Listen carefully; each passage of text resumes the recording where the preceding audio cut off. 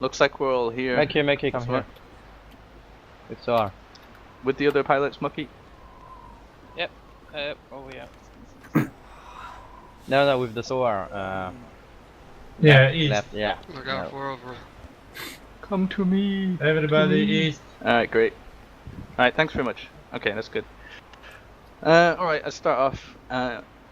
The way I tried to plan this, differently to other times that we've done it, is I tried to make sure that each team didn't have to constantly communicate with HQ, because obviously that's not worked previously every time.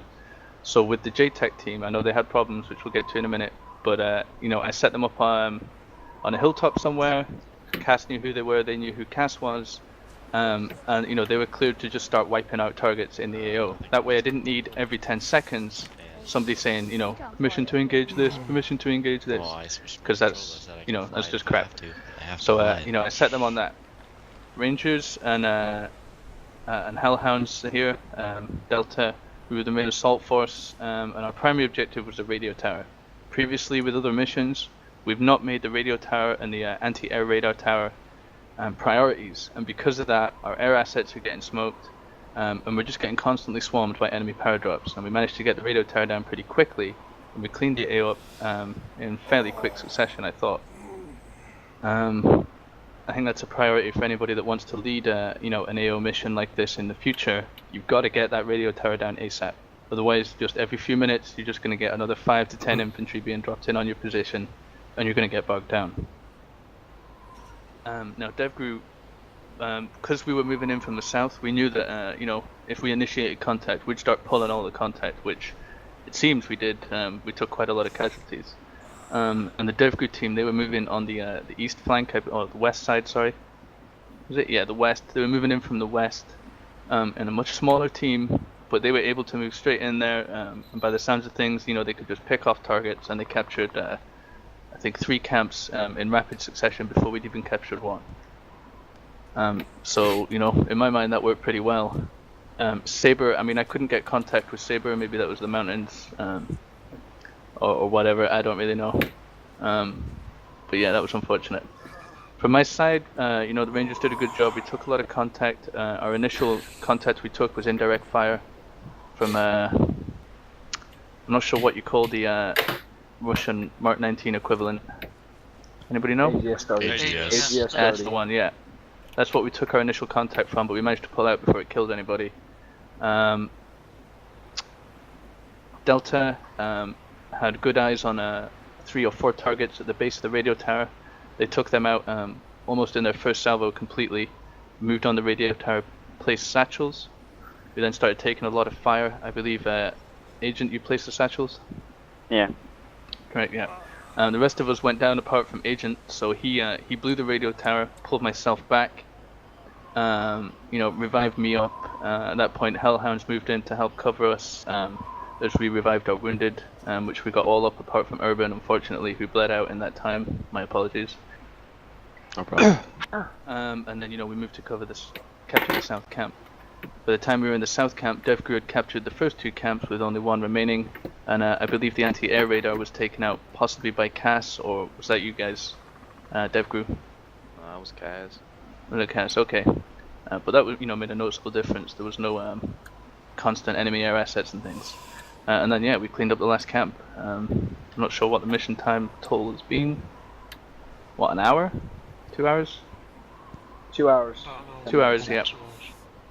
So it took us about 20-30 minutes, I think, to get off the ground from base. So, you know, the whole thing's taken about an hour and a half, which has been a lot quicker than previous times. Right, I'll hand it over to Beaver next from your point of view. I was behind you all the time, so I didn't see anything differently than you. Yeah, fair enough. Alright, Oates, I know you had some problems there as a JTAC. You want to give us your side of things? I think it would have gone a lot smoother if the stuff had worked. I was unable to properly lace targets for any of the CAS targets, so, you know, there was armor, which fortunately Saber was able to take out for the most part. There were emplacements, which fortunately Saber was able to take out for the most part. But a lot of the stuff that I had seen, you know, infantry with AA and whatnot, I couldn't hit because assault plan wasn't working. So I think at one point we dropped a 500-pound bomb directly on your head by the radio tower in an attempt to laze a T-72. I don't believe we got hit by that, so I think that was a lucky one. Okay. Okay, good. Aside from that, I think if we had been able to hold our fire and not engage something, we would have been fine. It wasn't until immediately after we fired that we actually started getting messed up by the 50 cals. So. Yeah, one of those wiped us out. Hang on a minute, you've got to be careful. Ace change up the SOFLAM regularly on a freaking weekly basis. But right now, the warhead on the GBU, the secret head, needs to be able to have line of sight on the laser. So you need to be really careful with your attack vector of your aircraft. It's tricky, I mean, but you know. What we had was we had the frickin' A-10 flying 2 clicks up, and I had the target painted directly on the top of the P-72, so that wasn't an issue. And there was no obstructing building or something. It wasn't like it was behind, immediately next to a building. It was relatively in the open. The bomb could have seen, especially from 2 clicks up. So I don't know what it was. Dan said that he thought it was something Desync, over the maybe? radio. I don't know. No, we tried 3 not bombs. sure. 2 clicks out, so shouldn't have had a Not problem. sure, Yeah. but the laser on Cuba as well was not working. Check the codes, check the weapons. Laser was not working. Okay, well maybe it was like a desync issue. We've got a particularly busy server tonight. Sunday's always ridiculous. I'm not quite sure, you know, shit happens. Ace like to break things. Excuse my language. Okay, alright, I'll take it to Saber next. Sounds like you guys had a whale of a time. You know, I did it. It was good. No, Garrus was my gunner, and he was having real desync issues or whatever, so by the time we got to the AO, he essentially just bailed out, so I parked my tank and turned it into a bunker. Managed to engage some stuff, I don't know, like 30 kills, something like that. And then Luck came over from doing artillery, which I think he's out doing now, and you know, drove my tank down a little ways, but we got engaged by a T-72 that I didn't even see the first time up on a hill somewhere. And Apache went best up, got took down by Shulker. Second Apache I crashed because my game crashed, but when we got in the Cobra, sorry, the Viper, everything went alright. I just got to stay with the JTAC operator and the second Apache that I was flying. We only had lemurs left because a client side had messed up for me, so he kind of fired all 6, so I only had lemurs and they didn't work. But yeah, everything went alright apart from them. Okay, doke. Be careful with client side mods. Alright, Nano Star, you want to take it next? How was things from your end? Drop off was pretty much okay, except the last LZ. It was messed up on my part. Drop offs okay. I believe some additional training would be useful, but other than that, we did okay. After the first drop off, we did a circle around the AO, came back for Epsilon. With Epsilon we did Overwatch, engaged a couple of targets. Afterwards RTB to rearm, at which point me and Nolan took the QA to do recon, which basically failed because laser designation will not work. Yeah. So that's Okey-doke. pretty much it. Yeah, I forgot about that. The you know, initial insertion, at least with the ones I saw with the ropes, went pretty smoothly. Few issues with my team, I think it was SPQR not going out of, you know, in sync. That's because he wasn't listening at all. Idiot. But you know, whatever.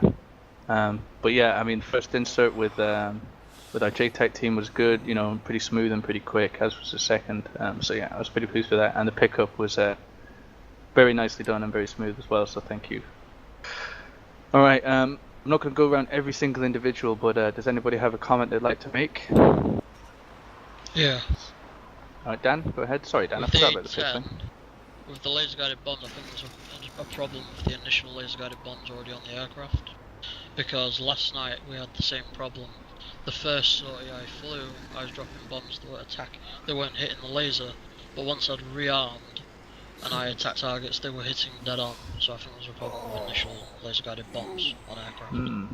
Okay, no. Yeah, because when I was lasing for him last night on the public mission, he was nailing it. Everything I lased, he took out. Yeah. Because Yeah. Stringer was calling him before him, and it wasn't hitting. So Different class names for the GBU. And So I would like to see more attention to take them out. The D30s, correct. That's good, yeah.